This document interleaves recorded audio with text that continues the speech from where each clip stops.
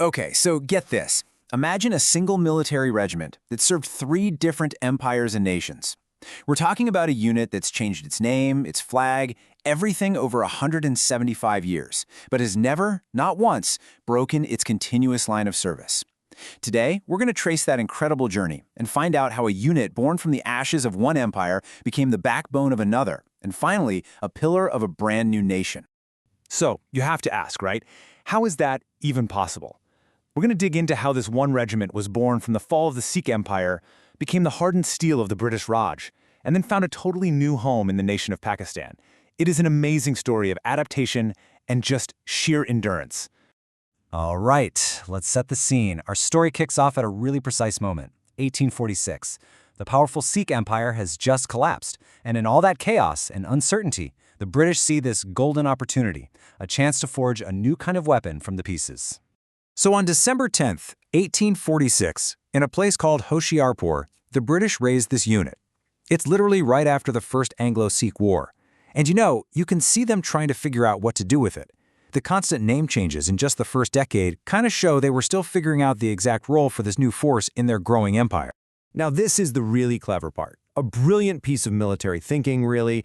The British didn't bring in outsiders. No, they recruited their soldiers directly from the Sikh Empire army they had just finished fighting. So you get this incredible mix of Sikhs, Punjabi Muslims, Pathans, and Dogras, creating a super diverse and formidable fighting force from day one, built from the skills of a conquered kingdom. So, they've been formed, and now they have to prove their worth, and fast.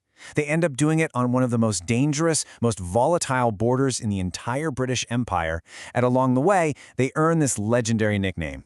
In 1851, the regiment joins the Punjab Frontier Force, and that's where they get the moniker the Piffers. Now, this wasn't just some catchy name. It was a true badge of honor.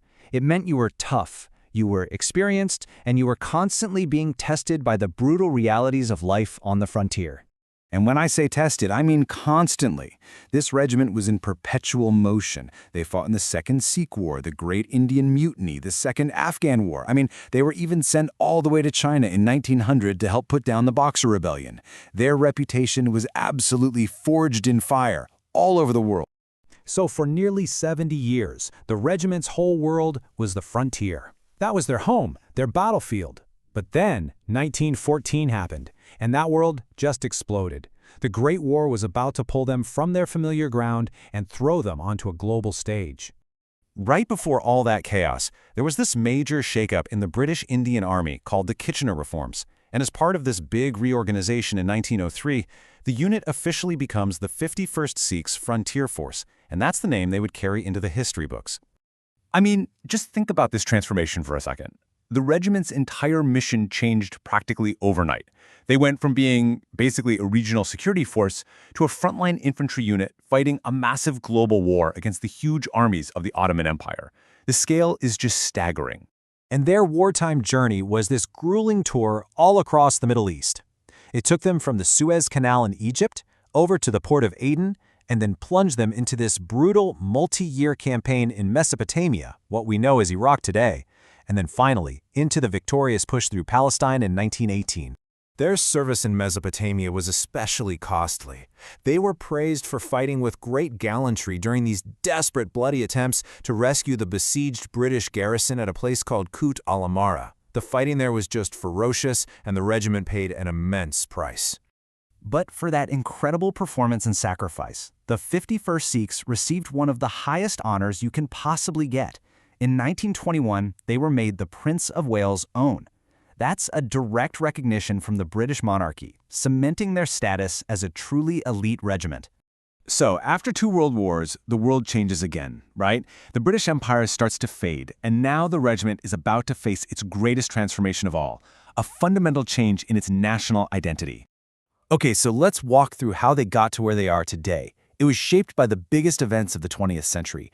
After reorganization in 1922, they served with distinction again in World War II, this time in Iraq, Syria, and Italy.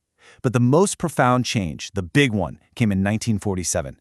With the partition of India, the regiment was allotted to the newly formed Pakistani army. Then, a final reform in 1956 gave it the name it holds to this day, 3rd Battalion, the Frontier Force Regiment. And just because they had a new flag didn't mean the fighting was over. Their long history of combat continued. The battalion fought in major battles during the Indo-Pakistan Wars, including the huge tank battle at Chivenda in 1965 and the fierce Battle of Chum in 1971. You know, when you look back, each name really tells a chapter of the story. You can see it evolve from a frontier brigade that belongs to a trading company to the famous 51st Sikhs of a global empire, and finally to a core battalion of the modern Pakistan Army. It's quite a journey.